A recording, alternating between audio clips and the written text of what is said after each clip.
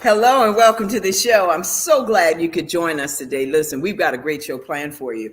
I've been talking about the power of now. That's what this whole year is about. It's about doing what you love to do and what God has purposed you to do in your life. But this month, we're celebrating creative artists. We're celebrating folks who are in music, who are artists, who are really just making a difference in the world of the arts. And writing books, that's an art. If you're able to write books, you're able to mentor children, that's art. And so we're doing that, and it's called Artists with a Purpose. And so this month, as I said, it's all about creatives. This week and today, we have none other than his name is Haywood John. So I want you to sit back, relax, and enjoy because we're coming right back. The Curry Insurance Agency has served the community for over 30 years with hundreds of trained representatives to assist you in selecting health plans. Curry Insurance Agency is the largest marketing insurance group in the state of South Carolina for Medicare Advantage and represents all major health carriers. Curry's motto is people don't care how much you know until they know how much you care.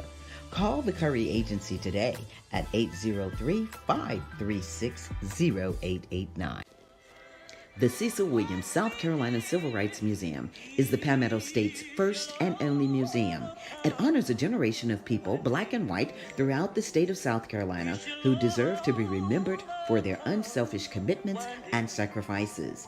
Enjoy an immersive and entertaining virtual tour. For more information, visit www.cecilwilliams.com.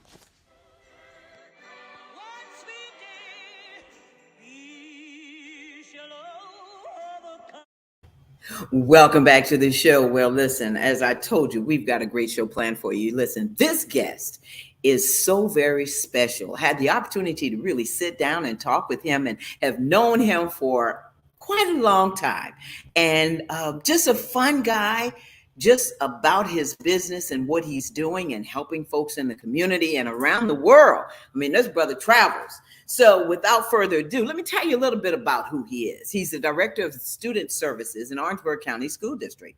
He's a former principal of Mellenchamp Elementary School in Orangeburg, an inaugural member for Call Me Mister, if you know that program, recipient of the South Carolina State Conference NAACP Presidential Citation Award for Education Advocacy. He's a minister. He's a loving husband to his wife, Starlet John. They're founders of Power Chord, and we're going to talk with him about that. He also now resides in Orangeburg, South Carolina, and he has 3 dynamic children, Micah, Malachi, and Imani. Without further ado, listen, I want to bring him on out, none other than Haywood John. How are you, sir? Oh, we lost your audio. We can't hear you. What happened? Hello. Yes. Hey, how are you? I'm good. How are you? I'm great. Listen, after that introduction, I'm just excited that you joined us on the show. And I can't tell you, thank you enough. Because, man, you just getting off the road.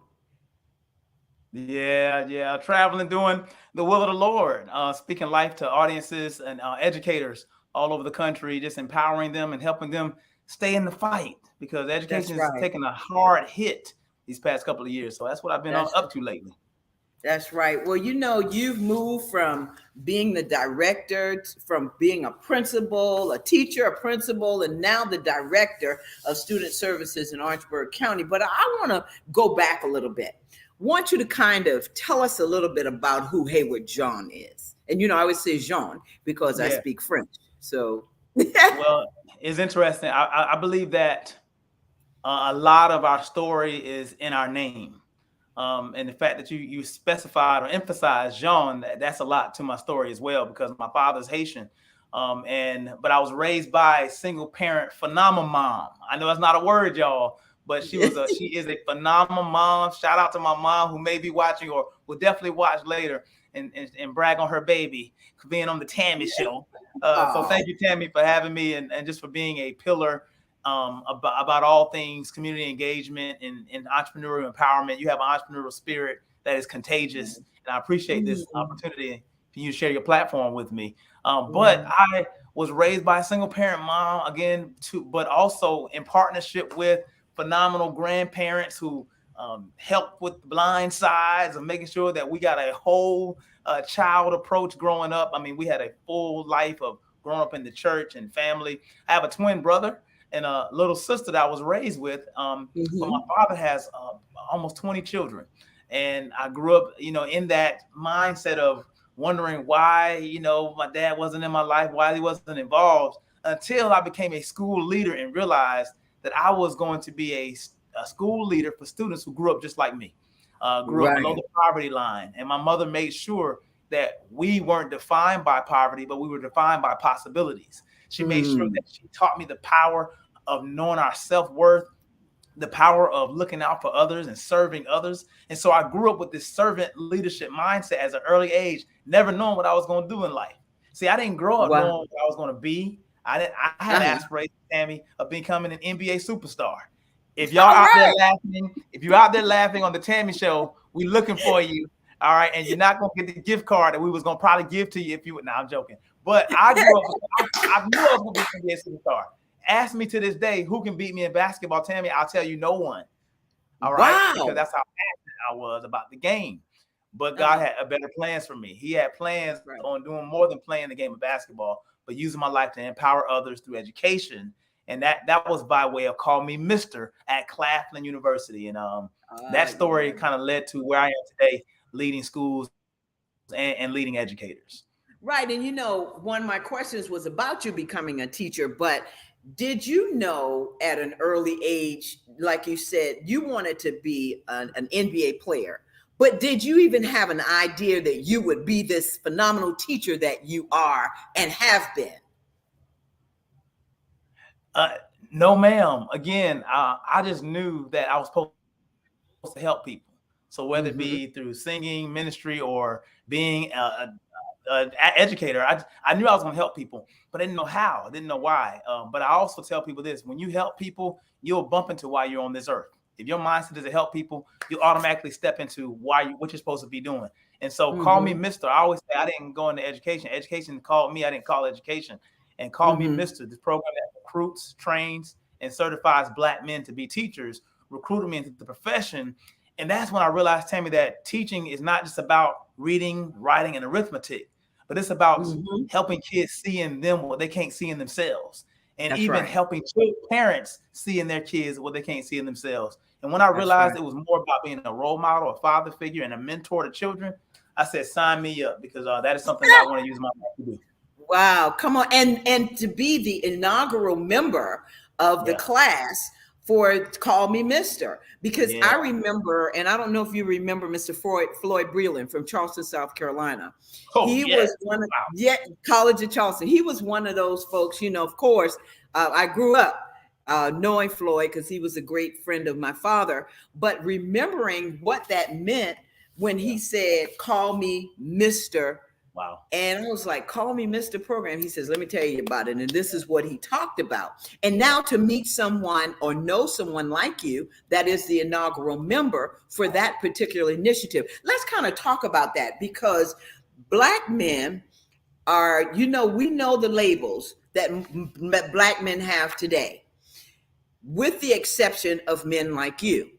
People look at Black men and say, well, they're not doing anything, or they're this, or they're that. They put that stigma on them.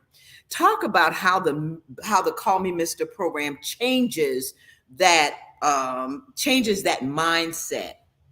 Okay, we just lost Haywood John. All right, but he's going to come back, and we got him right back. So talk about how Call Me Mr. program changes the mindset for people when they hear Call Me Mr. It's funny you say changing the mindset. So Call Me Mr. When you hear that word, that already demands respect. Okay. But in our slogan, Call Me Mr., we say this: a title is only important if one's character and integrity dictates its use. Meaning, in order to have a title of Mr., you got to already be doing what a Mr. requires. That's and right. So what does that mean for us? Well, we got into the program realizing that there were less than 1% of Black males in the field of education. But we also got in the field with this idea that there were more Black men in prison than there were in college. We also got in the mindset knowing that when our young people look around and they think of the word, or they think of a Black man, they are left with the cultural or the definitions of what the media says. That's right. We knew that we had to, in order to change the mindset, we had to give them exposure, a picture of what a true Black man is. And Black men take care of their community. That's what Black men do. They take care of their community. They take care of the minds of the young people. That's what Black men do. We instruct, we empower, we protect, we are visionary, and we cast vision into the young people so they can see who they're supposed to be. So our mindset was, we're going to go in and we're going to change the face of education by exposing education to what true male leaders are. And so that's what our idea is, to let you know that we're not just in a box of, we put a suit on, that means we're going to court. We put a suit on, that means we're going to be drafted into an NBA. We put a suit on telling that we're going to empower our young people. And our suit is nothing more than a uniform to get us in the classrooms to do war in the field of education and to combat ignorance through education. Wow. I like the terms when you said combat. Yeah. You know, when you're out in the field, and I'm going to go back to you with teaching, because you've been a teacher. Now you are an administrator. Yeah. What do you miss, or do you miss teaching, and why? Oh, man. So if you think about teaching in this form of a lesson plan, going in the classroom, that's unique. I still get the opportunity to do that in many cases, not in a traditional sense. But if you want to say, do I still have moments where I'm like, wow, yes, I do.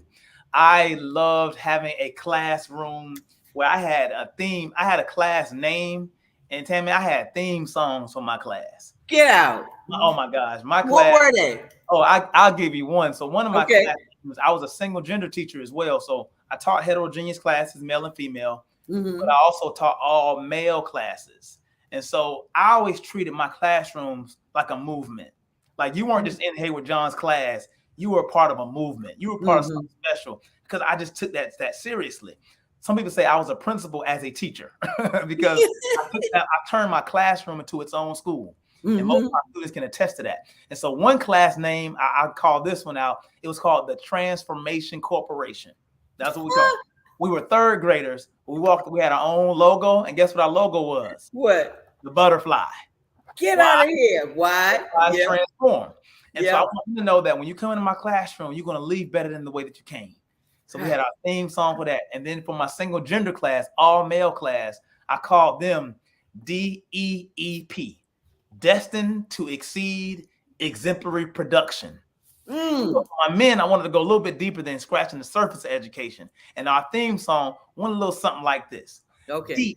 DEEP is who we are, taking learning beyond the surface, we're going far. I know how to dream and set goals in life. Plus, I'm on a team that knows how to fight for the best education I can have. Fight all the negativity trying to grab me from my destiny that cannot get the best of me, because it's all used for what I was meant to be. That's a leader to help my community, and they're in need of a leader bringing unity, going deeper than a beat to a fast tune. Education going deep in my classroom. And my students said that every single morning before we started instruction. Before we started instruction, they said the class theme song, because I want them to constantly be reminded of why we are here. Why we are here, the purpose of education. And I believe in society, we have to keep reminding our children that education has a purpose. See, a lot of kids they drop out because no one's telling them why it's going to be valuable for them. So they don't see value in that. And so they go to where they see value in.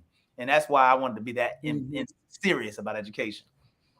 Wow. I'm telling you now, if you got all these different theme songs, I mean, what else is left for you to do with your kids as you come up, while you're helping your teachers that now you are mentoring to and helping them understand hey, we gotta get the attention of these kids. Say it, Tammy. Exactly. You know, I love it. I love it. Thank you for sharing it, because you know I'm gonna ask you to sing a little later anyway. Oh yeah. Oh yeah. Okay. So you know you're gonna stay with me until we finish. I got you. But I want to talk with you and ask you, you know, as we're talking about Transformation Corporation, DEEP, what was your most memorable occasion that you can think of with your students? So many, but I would have to call the attention of when I took all of my students, all their parents, the principal, and the leaders that could go. I put them all on a charter bus, and during the summer, and I drove them to Clemson University to be the keynote speakers. Watch this, for the Call Me Mr. Leadership Institute. So I had about 20 something children. I took all their parents that could go. So we loaded up a bus of about 60 something people, and my wife, my son, my firstborn at the time, and we traveled to Clemson. And I had the keynote the Leadership Institute in order to empower the students and teachers that were there was 200 young men that wanted to become teachers. And so I shared with them what I did in the classroom, but I didn't just want to talk to them about it. I want them to see a demonstration of it. So I brought all my students in front of those 200 young men, and they performed all of our school songs, our chants, our vocabulary, raps, everything. And it was literally like a concert. And that was my students' way, watch this, of having exposure to being in front of people, doing their oratory things and all of that. And I didn't mention this too. Every student in that classroom, I always called them doctor. I always referred to my students as doctor. Whether they were going to be doctors or not, I want to make sure that I called them at the highest level of potential that I can think of and see for them, so until they talk for themselves. And guess what? One of those students constantly keeps in touch with me. I'm going to shout her out, Madison Irick. Madison Irick, she is probably 2 or 3 years shy of becoming that doctor. And she constantly reminds me, Mrs. John, I'm almost there. I'm almost there. She's a stellar scholar, but she holds true to some of those same values. And if I had her on the show right now, she can quote more of the rap songs we learned in 3rd grade than I can. Wow. I was at her Duke graduate. She graduated from Duke recently, and I gave comments at her graduation program. And as I was giving comments, she shared one of our raps from 3rd grade. Wow. And stopped going. I'm like, you know the whole thing? Because our kids don't remember when we give them memorable moments. Exactly. I believe in education, we got to start giving our kids moments and memories that last forever, so they will want to hold on to the values that education provides for them. That's right. And you know, I still remember in my kindergarten, just to share with you, as you're talking about it, brings back memories, because I always, Father Mackey always said, if you listen, you learn. If you learn, you'll be smart. It is. And listen, and I was what, 5 years old. Wow. And that stuck with me for all these years, you know, because if you're a good listener, you're going to be able to help people. So do you, and I know that you do, keep up with your students, and do you still track them? And if so, where are most of your students? What are some of your students doing, as you shared about Madison? Very good question. I do, for a lot of them. Excuse me. Sadly, there are 2 students that I lost. One through violence and one through a terrible accident. That's when I was teaching, and so those kind of hit me very, very hard and very painful. But there are so many students that have graduated to college, I have one student I'm writing a letter of recommendation for, who is going into working with young people. I have 2 students that I know to date that have gone into, watch this, the Call Me Mr. program. So I was there, Call Me Mr. And they put the idea that, man, because you were Call Me Mr. and the things we learned, things we did, I want to be that too. And then just go after it. They are now about to have their own classrooms, or moving on to graduate school to go into getting their own classrooms. And so shout out to Zachary Felder and Jameson Gilmore for that. So several of them are going on to college and already going into the workforce. And so, I even started a little Facebook group that I have to keep updated, that of all my students that I keep trying to find them. Right. As a teacher, you never forget them. And sometimes I still talk to them like they're third graders, and my wife had to remind me, Hayward, they 21, they 22 years old. I get so excited about them. Tammy, I'm gonna forward you one day a video that I did in commemoration of one of my classes, because I bought one of my classes that were in 4th grade. I bought them T-shirts that had their graduation year on it and the back of it. And I told them, you're going to graduate. This is your graduation year. At their high school graduation, I showed up with that shirt to remind them. And I did a video with them. And I'm going to send you that video so you can see how cool it was for me to be at their graduation. And I had pictures of me when I was with them in 4th grade. Wow. Haywood, I tell you, just talking with you, anybody listening on the show right now has got to be excited. We've got some great comments from Sharon Baker and from Roger Gass and all of the folks. I don't know if you've been seeing it. We've been putting it up, but we thank them so much, man. And just to hear you and hear the excitement. Because you're a motivational speaker. Okay, let's just call it. I didn't say that in the beginning. I'm sorry. I didn't mention that. That's okay. Author, motivational speaker. I've seen you jump. I've seen you do all kinds of things when you are doing your keynotes to most people. And it's so exciting. So what is the most exciting thing to you right now as you're in the position as an administrator? Wow. The most exciting thing for me now is the opportunity to support schools, to support school leaders. And see, for me, being a school leader, I was able to be successful because I had good support. And our teachers were able to be successful because they had good support. I was passionate about supporting teachers because I always thought like this, Tammy, do unto teachers as you want teachers to do unto students. So I'm not going to be nasty to my teachers and my teachers be nasty to my students. I'm going to treat my teachers the way I want my teachers to treat my students. And so with that mindset, I want to be a support to other school leaders who also want to see great success in their schools and the great achievements of their students. So I think my biggest joy now of being at the district level is the opportunity to still meet with students and visit students, but to also to support school leaders and those who are working in schools to impact the lives of our children.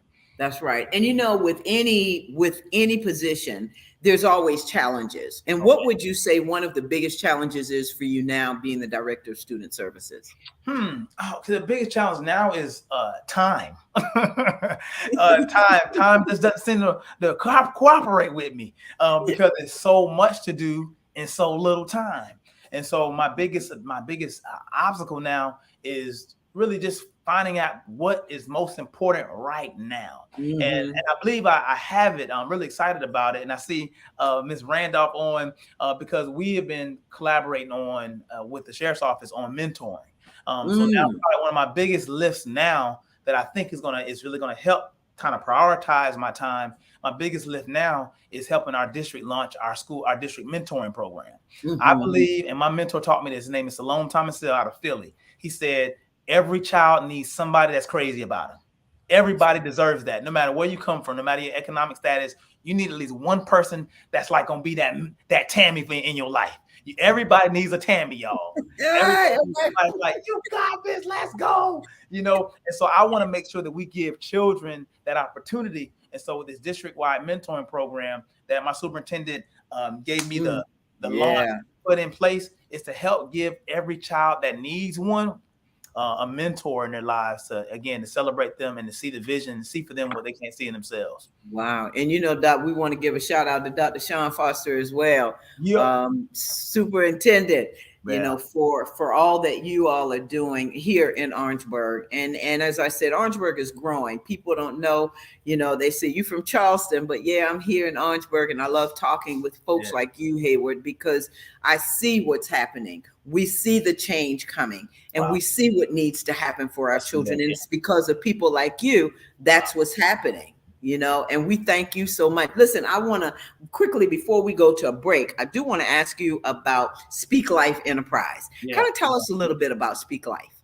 So Speak Life, again, it originated from my passion for young people. It did. I was very passionate about making sure my children heard words of life.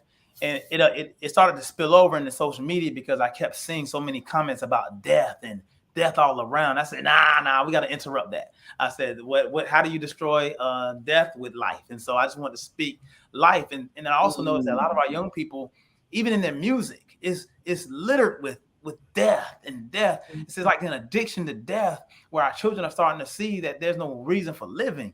And so I wanted to see that. But then I'm also seeing it with adults as well. And so you have adults that just kind of walking dead at many cases because they don't feel like they have a life or their job. They go to the job, but the job is just kind of something to do. And I want them to know your life has meaning, your life has purpose, your life has value. And so I believe in resurrecting the gifts inside of people by speaking life to them. And so that's kind of been putting me on a trajectory now where school leaders all over the country are saying, oh, we realize now we have the curriculum, we have the content, we have the standards, we have the positions, but we don't have life. And so now they're asking for it. And so now people are realizing that you need to breathe life into your careers so that your careers mean something. It's no use having a career when you're not having a life. It's no use having a career if people aren't becoming better from the career. People are dying, Tammy, doing their jobs. That's right. And you know, yeah, and you know, Haywood, it's funny that you would say that, because I was just thinking about that. My sister and I were having a conversation about the pandemic, and I want you to kind of comment on this, because as you're talking about speaking life and you're talking about people that are dying on their jobs, dying in their lives, what do you think we can do as a community to really help people get back into, into themselves, purpose? Because as I said, this year, I'm celebrating the power of now. It's all about what we need to do now. Yes. And you're talking about speaking life. So if you had someone in front of you right now on the camera, what would you tell them about speaking life into them, even with the pandemic, everything that they've gone through? What would you say? Yeah. See, we have to meet people where they are. A lot of times, that's equity right there. Equity is meeting you where you are. And so when I deal with people who are exhausted, I honor that. I want them to know that, affirm their feelings, like what you feel, because a lot of people are in their minds thinking that they're guilty for even feeling bad. They're guilty for feeling exhausted. There was a Harvard article, a study that was done where it documented the workload of people, and it came out that people have become too exhausted to even have compassion anymore. They're too tired to care about each other. And so what I would first want to do is help people realize the power of taking care of themselves. I don't even want to talk about their jobs. I want to talk about their personal development, letting them know, reminding them of why they got into their careers in the first place. Don't forget why you're there, and helping them realize that the reason why you're in that job still matters. And so I would help them to pace themselves and not compare themselves to other people. And so what I would do for them is try to take their mindset off of what they're not good at and help them see what they are good at. I don't care how successful the person next door to you is. I don't care what they might be able to moonwalk in the pandemic. That's fine. But what do you do well? And I would help them to see that. I would help them to call it out. And that's what I would speak life into. That don't focus on what you can't do. Focus on what you're good at. That's right. And, just listening to you, it's all about the tongue. Here we go again. And it's all about what you think, what a man thinketh. And just hearing you speak life. I mean, you speaking life right into me right now, and you don't even know it. Wow. And I'm just blown away. I'm just like, okay, God, I hear you. I hear you. And so I appreciate you. And we're going to come back, Haywood, because you're going to spend a little more time with me if you can. And I just want to talk with you about the Power Core devotional. I want to talk with you, and talk with you about Miss Starlet and the things that you're doing and your marriage and your book, Weapons of Mass Distraction, just kind of touch some of those other things. So I know you're going to be here right with me, and I appreciate you so much. We're going to take a quick break, Haywood, and we're going to be right back. Love it. Okay, folks, we'll be right back. All right. The Cecil Williams South Carolina Civil Rights Museum is the Palmetto State's first and only museum. It honors a generation of people, black and white, throughout the state of South Carolina who deserve to be remembered for their unselfish commitments and sacrifices. Enjoy an immersive and entertaining virtual tour. For more information, visit www.cecilwilliams.com.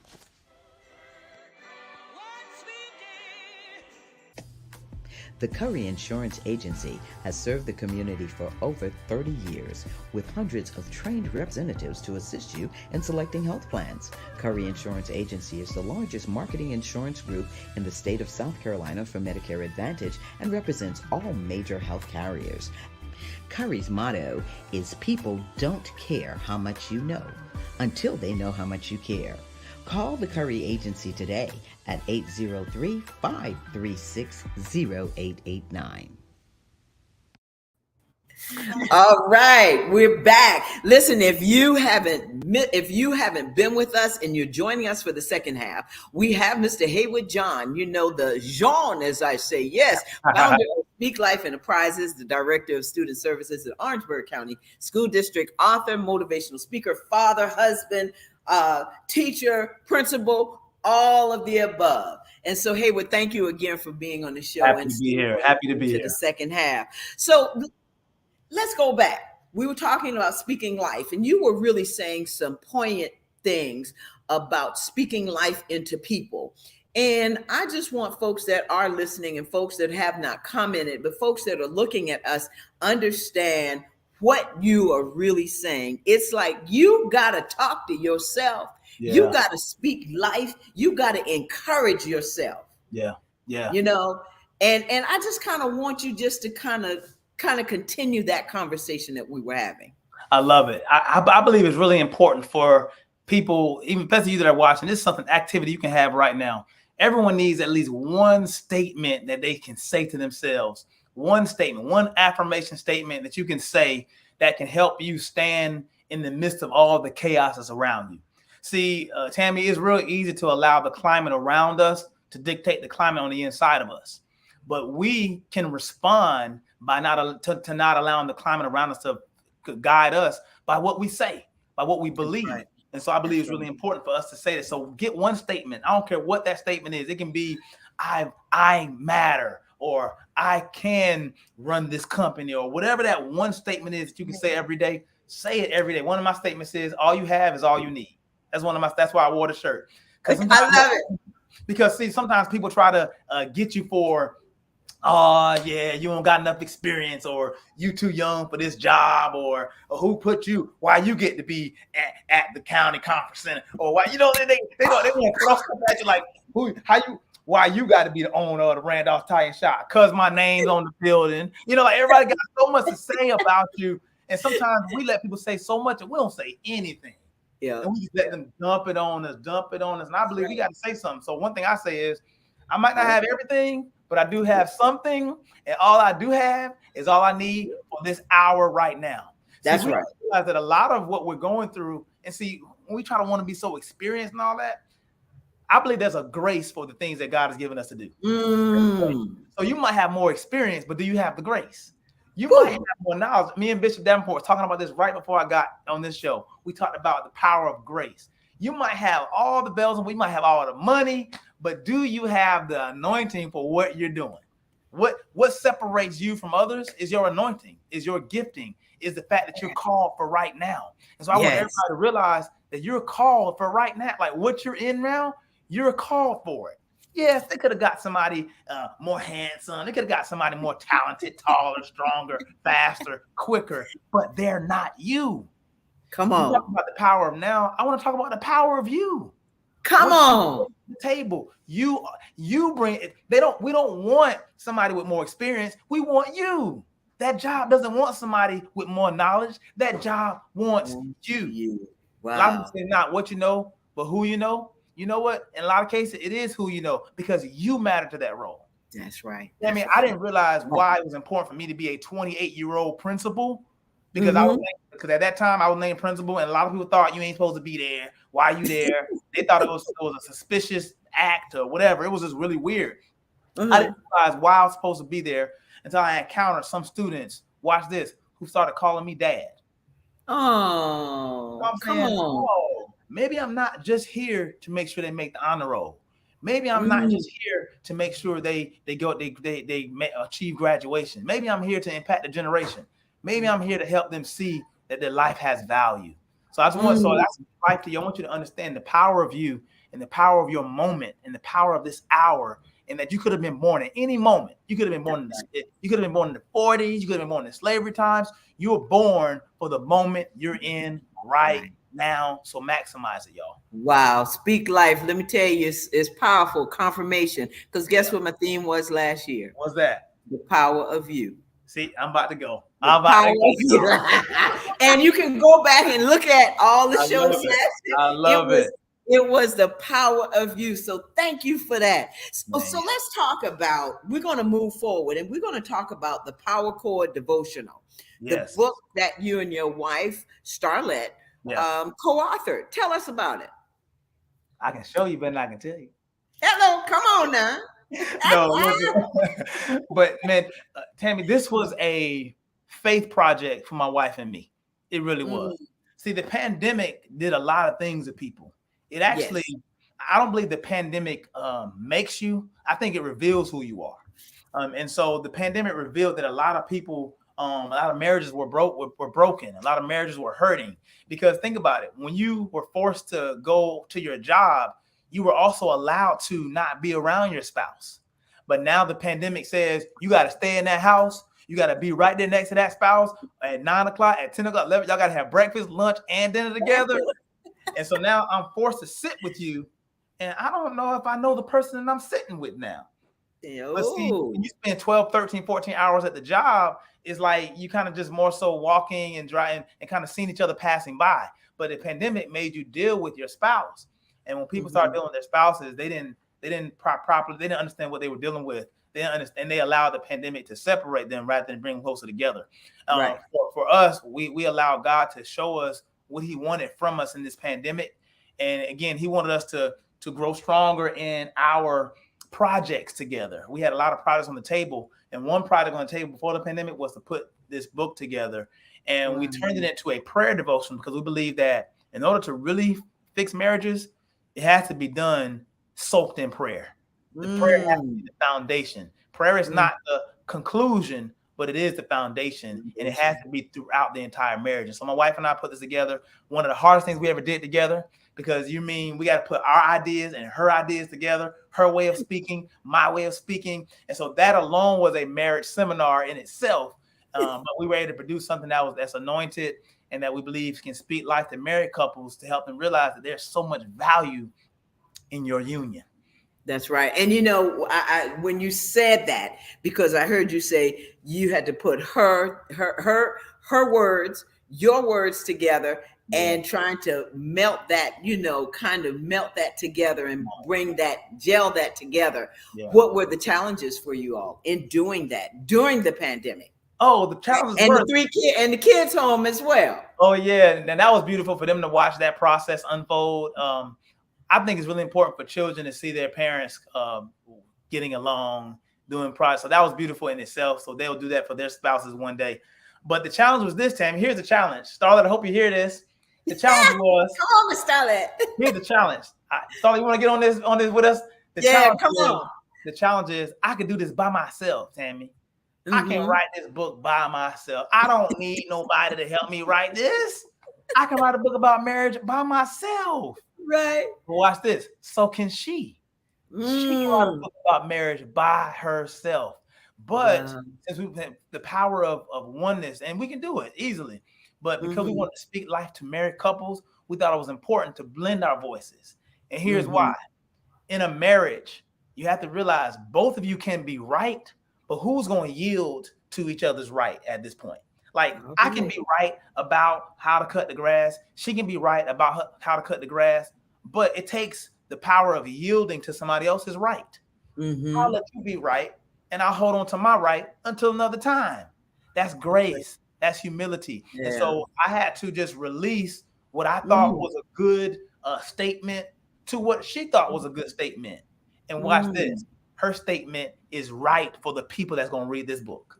Wow. My statement might be good, but maybe her voice is needed for the people that's going to read this book. So it's not about who is right more than how can you yield and humble yourself to other people's ideas so you can know you ain't the one with all the answers all the time. Other people have answers too.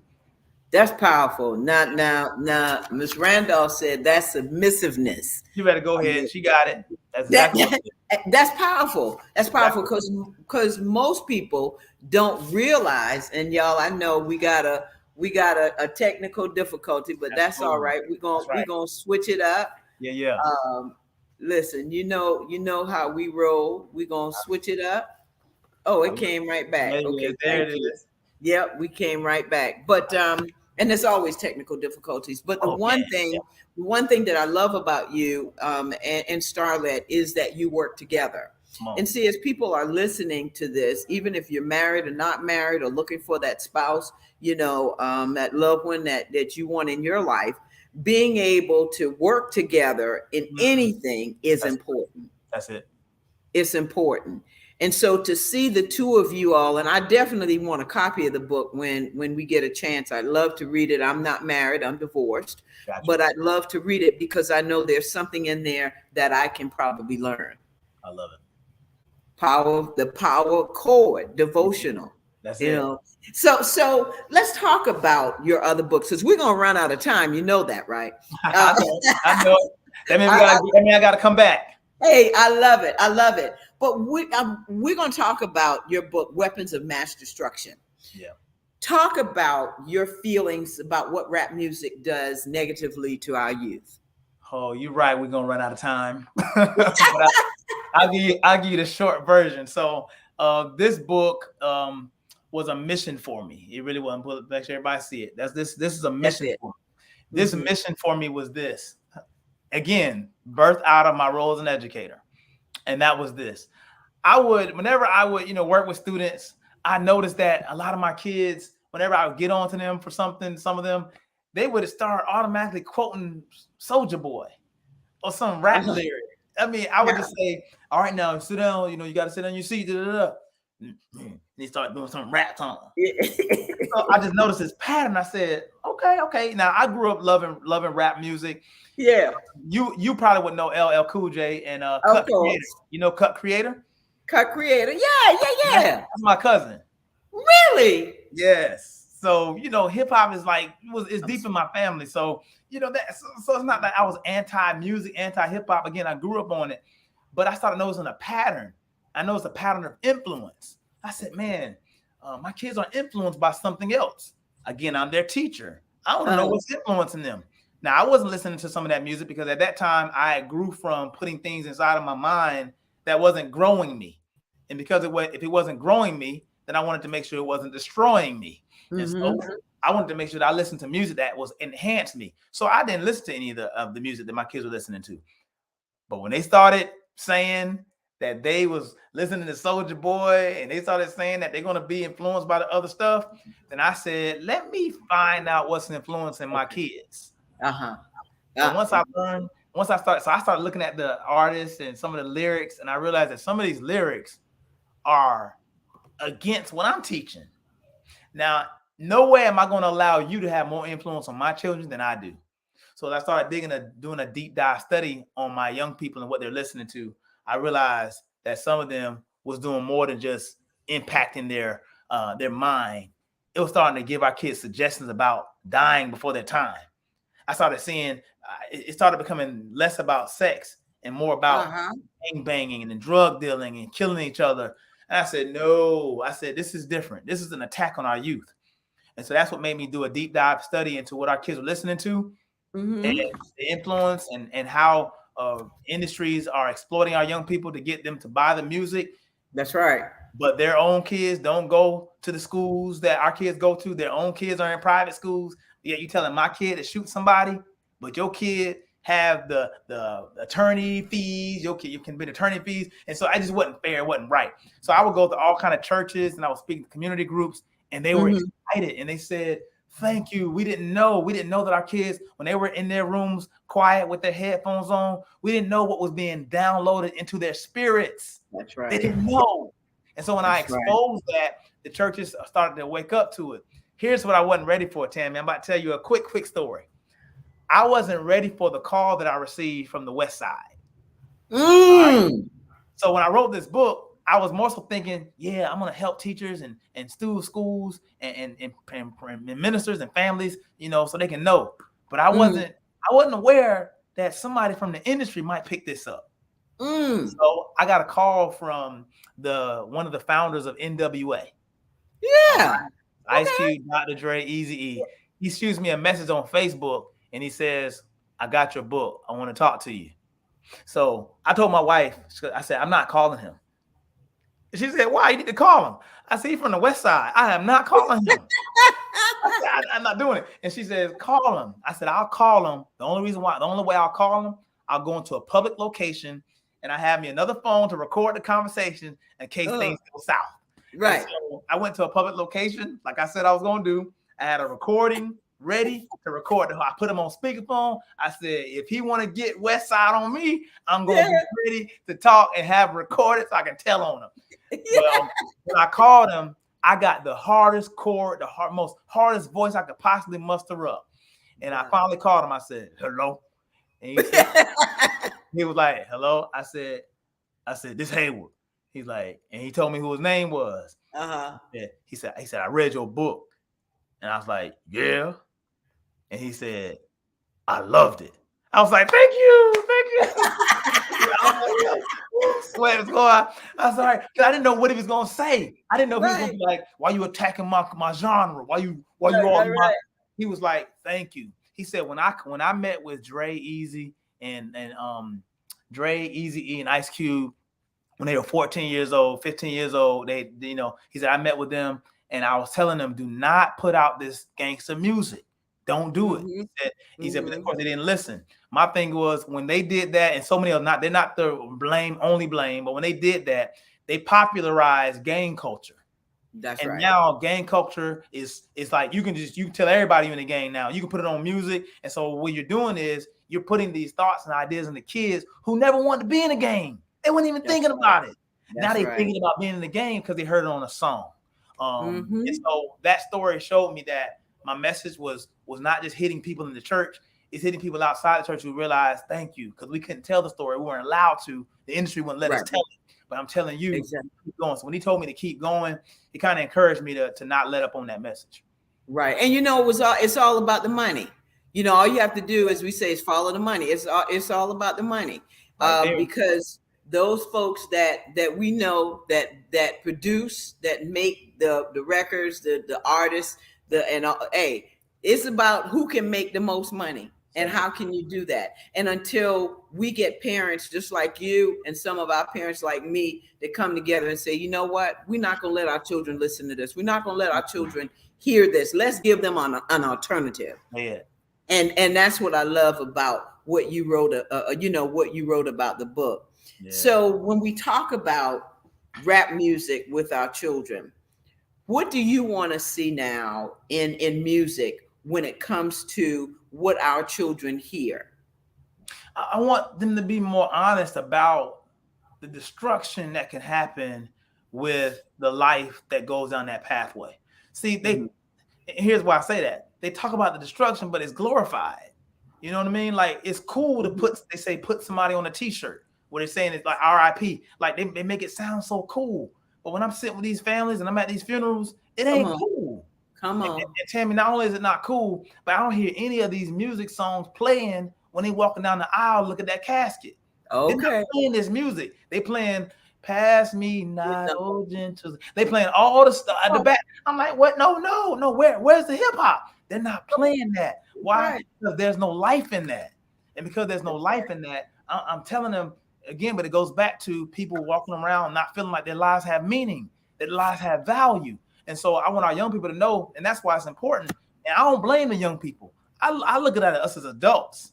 Mm-hmm. When I look at young people, I don't say look at them. I say look at us, because our young people mirror us. What is it about us as adults where our young people don't see us as people that they can trust to guide them anymore? That's right. What are we not doing as adults to properly guide them? I say one of the things that we're doing is we're treating our children like they are inconvenience. We're treating our children like they're in the way, like, you know, like they, and so we're not honoring their experience as kids. We're saying anything around them. We cussing around them. We talking around them. There was a time growing up, Tammy, that you couldn't stay and couldn't hear certain conversations. You had to go in the other room because you can't hear this grown folk conversation. That's right. Now it's whosoever will let them come conversation. And so we're not setting these boundaries up anymore. And so our kids who really want structure aren't getting the structure. They really need structure, but they're not getting it. And so they're finding gangs and other avenues that are actually giving them structure. These gangs are giving them structure. They're giving them a vision. They're giving them something to belong to. And so as adults, we have to step up to the plate and wake up to what it is that we are allowing, what the expectations that we have in place, and step back up. That's why I talked about the power of mentoring, so we can really help guide our young people the way they should go. Yeah. So in rap, I want to see true mentoring. See, Jay-Z is a billionaire right now, but some of his songs got encouraged a lot of kids to go to jail while he was on his way to finding himself. Okay. Listen, he had an interview on Oprah, and I put it in my book, where he said, what I rapped about back then is nothing I would say right now.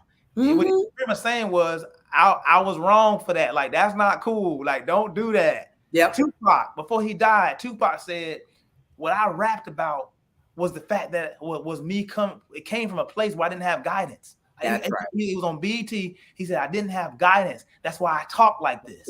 That's why I rap like this. He's telling us, this ain't how you're supposed to talk, but I have no other way to talk because that's how I don't know any better. I don't know any better.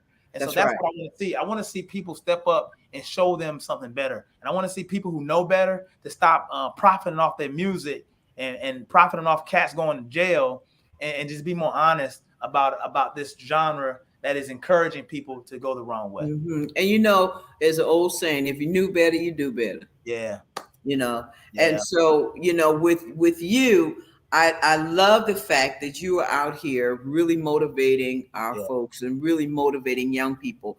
And not only that, you're motivating adults. That's good. When we talk about the Speak Life, when you talk about the Power Chord devotional book, when you talk about you being this director of student services and working with teachers, those are the types of things that I'm hoping to resonate as people are listening and commenting, that we're out here and you're able to do the work of the Lord. That's basically all it is. You said it right there.